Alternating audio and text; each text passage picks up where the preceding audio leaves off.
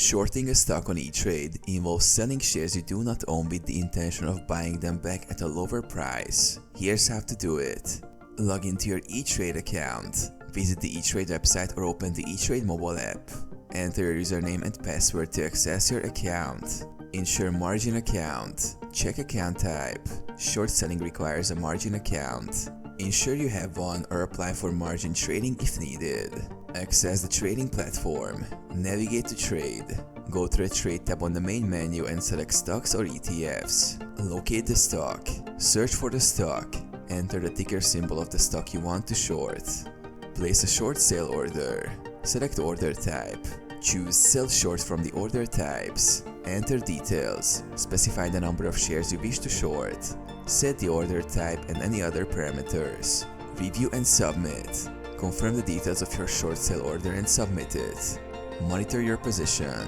Track performance. Keep an eye on your short position in the portfolio or order section. Cover the short. Buy to cover. When you decide to exit the short position, place a buy to cover order to repurchase the shares and close your short position.